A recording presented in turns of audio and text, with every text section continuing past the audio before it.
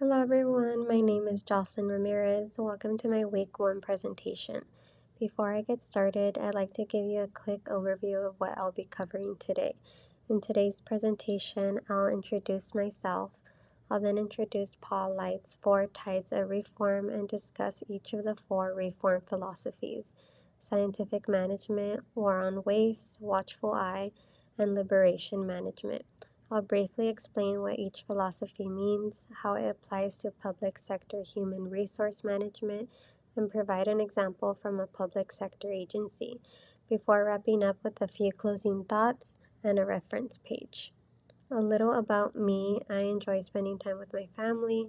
Outside of school and work, I love traveling, watching sports, and trying new coffee shops. When I have some free time, you usually find me reading on my Kindle or spending the day at Disneyland with my family. Professionally, I currently work as a district representative for California State Senator Steve Padilla. As part of my role, I work with local governments, state agencies, nonprofit organizations, and community members throughout our district. One of the favorite parts of my job is the policy aspect. I enjoy being involved in meetings and helping prioritize the types of bills that will be introduced.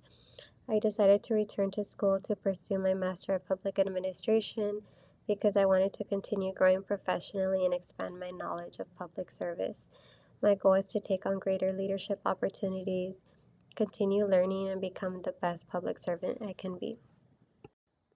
The first tide of reform is Scientific Management by Frederick Taylor. It focuses on improving efficiency by creating clear procedures, defined roles, and standardized methods. The goal is to make sure employees know what's expected of them and have a consistent way of doing their jobs. In human resource management, you can see this through standardized hiring practices, employee training, clear job descriptions, and performance evaluations. These methods help organizations stay organized while making sure employees are held to the same expectations. A public agency example is the California Employment Development Department, or EDD. Through my work, I've had the opportunity to help constituents with EDD cases. I've seen how important it is for employees to follow standardized procedures when reviewing unemployment, disability, and paid family leave claims. Following the same methods helps keep the process consistent and efficient.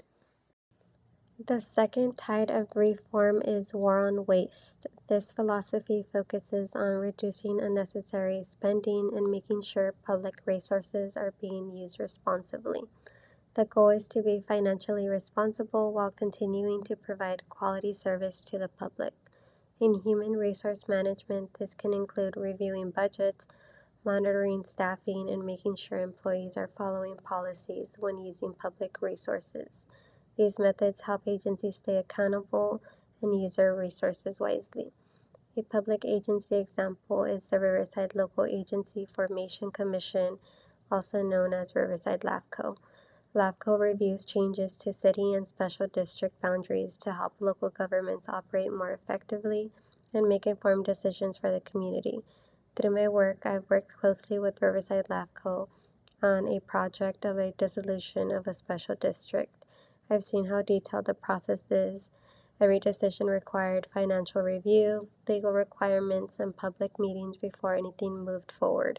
This helps make sure public resources are being used responsibly and that every decision is carefully reviewed.